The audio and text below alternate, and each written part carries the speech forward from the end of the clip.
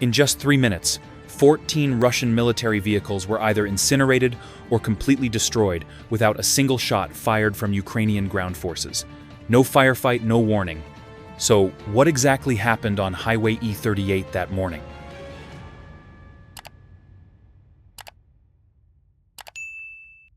Beneath the thick fog blanketing the Kursk border, a Russian logistics convoy quietly rolled along Highway E38, cutting through Chernihiv Oblast, Ukraine.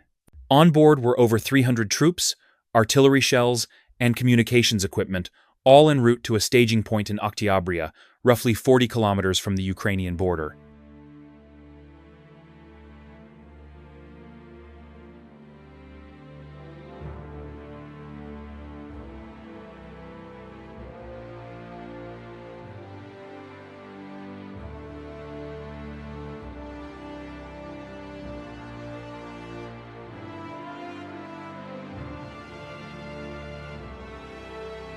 None of them had any idea.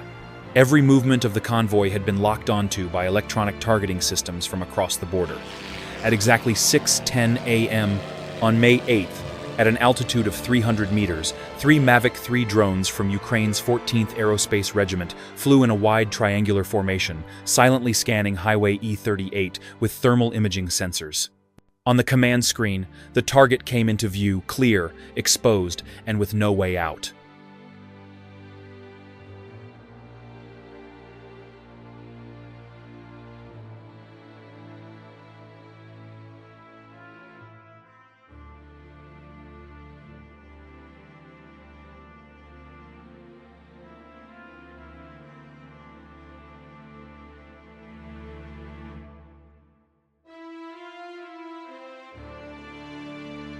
Can you imagine it?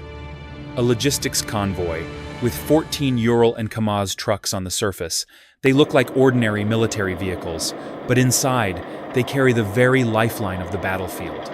Not only were they transporting over 300 rotating troops, but thousands of ammunition crates, nearly 650,000 rounds of 5.4, 5x39mm, enough to arm an entire mechanized infantry brigade. And it didn't stop there. One of the trucks carried a fuel tanker loaded with 1,900 gallons of diesel. You know what that means, right? That's the energy that keeps frontline units mobile, the tactical bloodstream that feeds an entire network of firepower.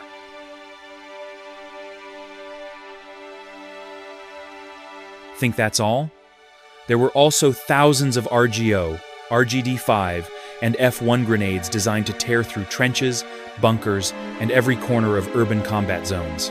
And more importantly, R-168 communication systems, Lear-3 jamming antennas, and Orlan-10 drones in cold storage, the brain and eyes of Russia's electronic warfare network. This wasn't just a convoy. It was a living, breathing war machine on the move, and if it wasn't stopped, it would pump lethal adrenaline straight into the heart of the Porksk front line before sundown. Do you see the difference now?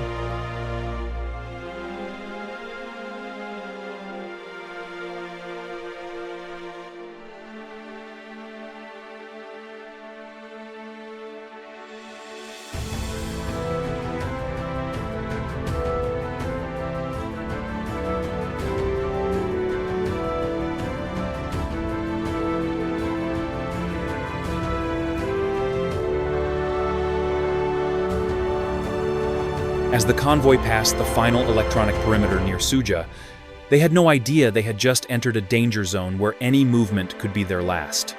No more mid-range radar, no more Lear-3 jammers to shield them. All that remained was an open, low-lying corridor flanked by sparse pine forests and brush. No guard posts, no eyes watching from afar. Can you picture it? A heavy convoy, crawling through dense fog, completely exposed like prey, wandering deeper into the jaws of a wolf, completely unaware of what awaits.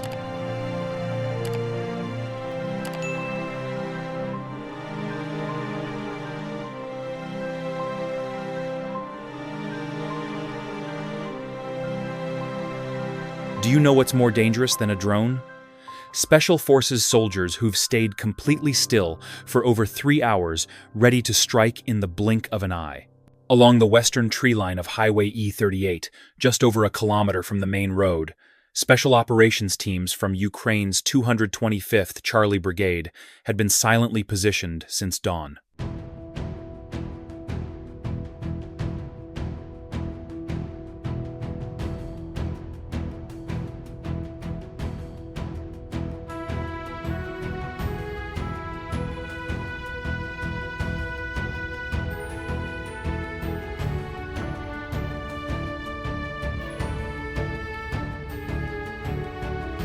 The terrain there was low, damp, and overgrown. Nothing could be more ideal for a perfect ambush. Each team, made up of 3 to 5 soldiers, was positioned in an L-shaped formation, a classic tactic to seal off escape routes and maximize overlapping fields of fire. And can you guess what they carried? Every soldier had at least 2 RGO grenades designed specifically to control movement in tight spaces. Each unit also had at least 1 RPG-27, an anti-tank weapon equipped with a tandem warhead to punch through explosive reactive armor. Can you feel the atmosphere in that moment? A suffocating silence where every breath was held back and every glance was sharp as a blade, waiting for just one moment, when the prey stepped directly into the crosshairs.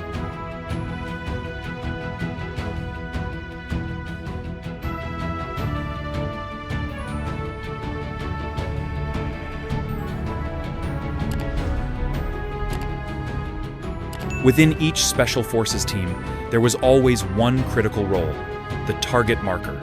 They carried advanced laser optical sighting systems capable of transmitting real-time coordinates to both reconnaissance UAVs above and HIMARS launchers far in the rear. Do you realize what that means? It turns every press of a button into a pinpoint strike. No shouting, no verbal commands, just a single laser beam, one set of coordinates, and the entire kill chain ignites. That is the true power of modern warfare.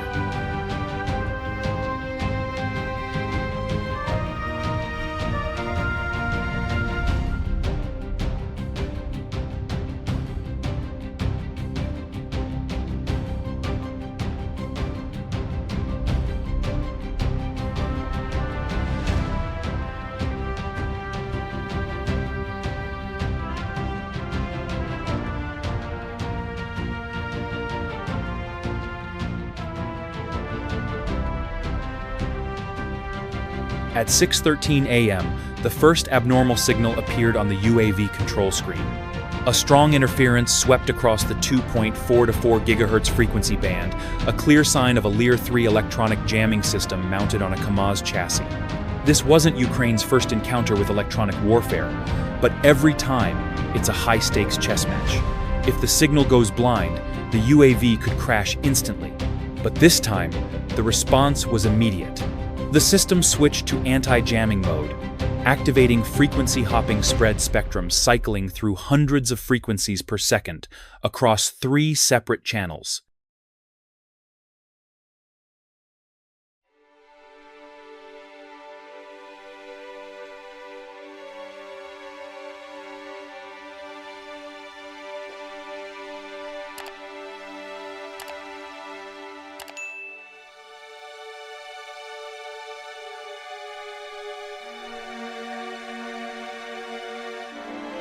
That's not all. The FPV attack drones immediately disconnected from GPS and switched to inertial navigation using 3-axis gyroscopes and accelerometers to maintain their heading. And you know what's remarkable? If GPS spoofing is detected, a common tactic Russia has used in Donbass, the system automatically compares real motion data with the falsified signal. Once the margin of error exceeds 1.5%, GPS is cut off entirely. The result? Not a single UAV veered off course. Not a single strike missed its target.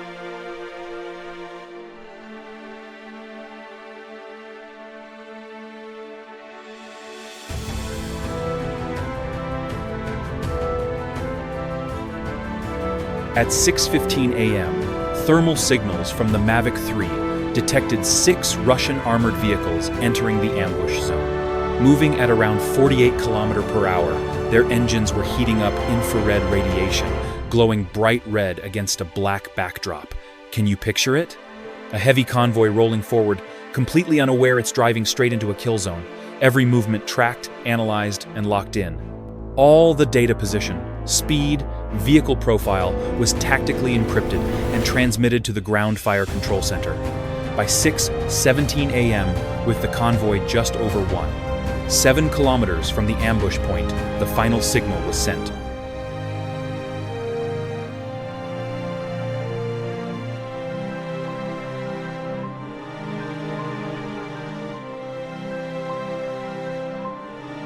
Every layer of the tactical operation was now in place. UAVs above had locked the coordinates, ground special forces were in position, and HIMARS artillery had their targets set. And then do you know what came next?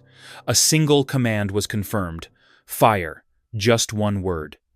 But it triggered a cold, calculated chain of destruction, executed with near-perfect precision. No sirens, no shouting, just technology, speed, and instantaneous lethality.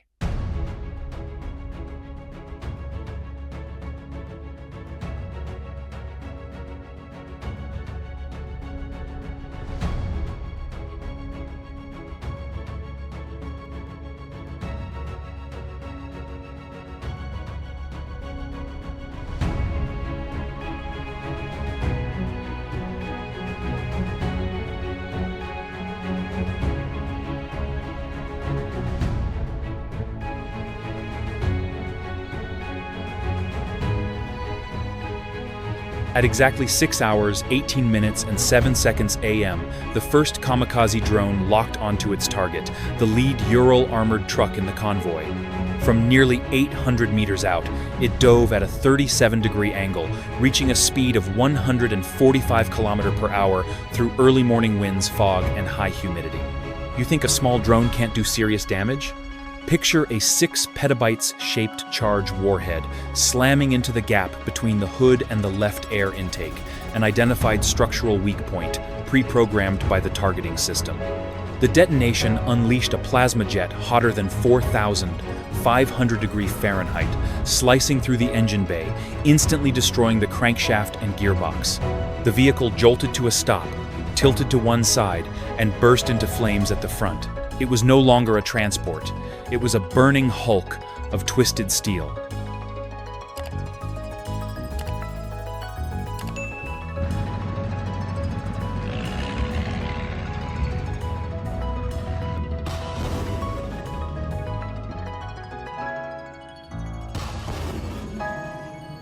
"14 seconds later, the second drone slammed into the rear of a Kamaz tanker carrying 1,900 gallons of diesel, striking directly beneath the tank its main fuel reservoir.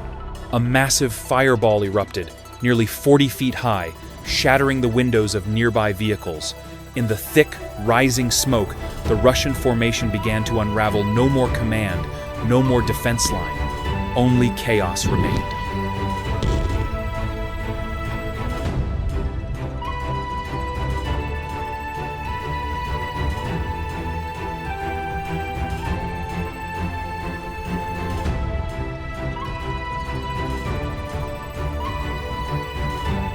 "6 hours, 18 minutes, and 35 seconds a.m. While smoke and fire from the first 2 strikes still lingered in the air, new flashes ignited from the western tree line. Ukraine's special forces opened fire. An RPG-27 tore through the silence, streaking straight into the 3rd Ural truck packed with Russian troops. The tandem warhead punched through the explosive reactive armor, plunged deep into the cabin, and detonated inside. Screams echoed out. Burned uniforms and body parts were hurled from the truck bed like brittle leaves in a violent storm. You think the Russian soldiers had a chance to escape and fight back?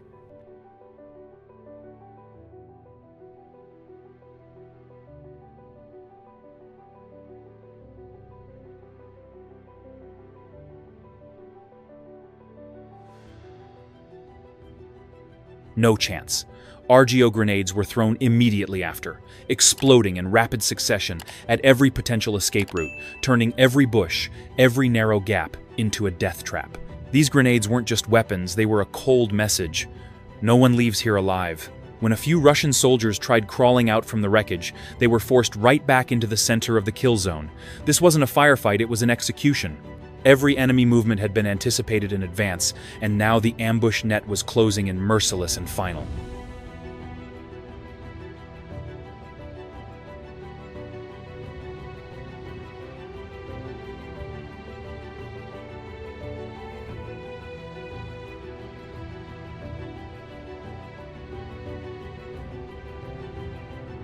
6 hours, 19 minutes, and 8 seconds AM.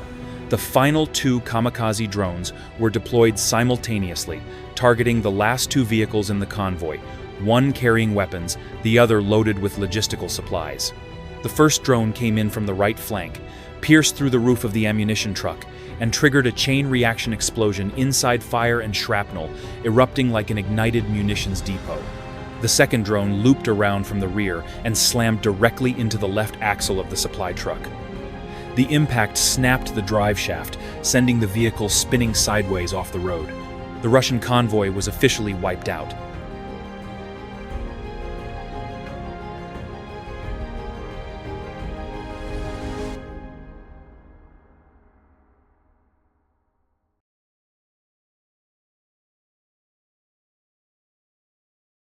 In less than 3 minutes, the entire Russian convoy, 14 vehicles in total, was completely neutralized. Yes, you heard that right. 180 seconds. Not a single Ukrainian soldier appeared in the open. No direct firefight, no counterattack ever materialized, just UAVs, precision firepower, and cold, calculated strikes delivered with ruthless efficiency. Near the Oktyabrskoye junction, about 40 kilometers from the Ukrainian border, the sky was still thick with black smoke. Of the 14 vehicles, 11 were completely incinerated, their frames warped beyond recognition. The remaining 3 had their drivetrains destroyed and were rendered permanently inoperable. Can you imagine that? A logistical force powerful enough to sustain an entire front line wiped out without ever stepping into the enemy's line of fire.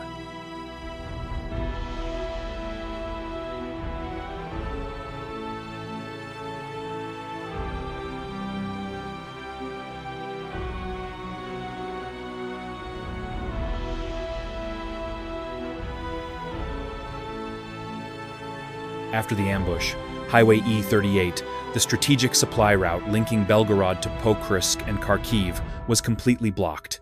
Russian forces were forced to establish a perimeter around the Oktyabrskoye area to recover wreckage and assess the damage. But it was already too late. All logistical operations for Russia's 20th Army were paralyzed for over 48 hours. Artillery and resupply convoys had to reroute over 70 kilometers through difficult terrain, significantly delaying reinforcements to the Western Front. This wasn't just an ambush, it was a direct strike to the strategic heartbeat of the Russian military.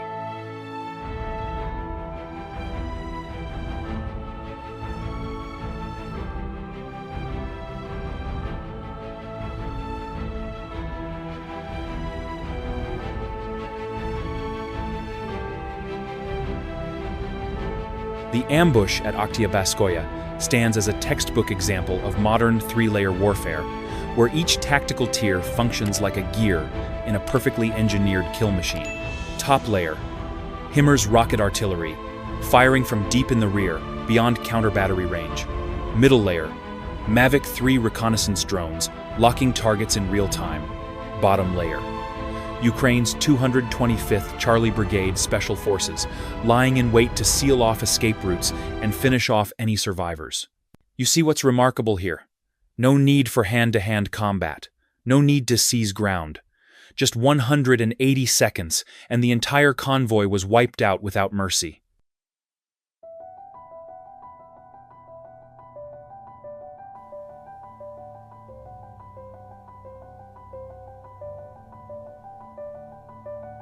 The strike at Oktyabrskoye wasn't just a military victory, it was a powerful testament to a new era of warfare, invisible, precise, and devastatingly silent. In just 3 minutes, an entire strategic logistics system of the Russian military was erased without a single Ukrainian soldier stepping into open view. This wasn't luck. It was the result of cold, machine-like coordination across 3 layers, from the skies, the ground, and the command center. This was a triumph of technology, of strategy, and of a new age of asymmetric warfare.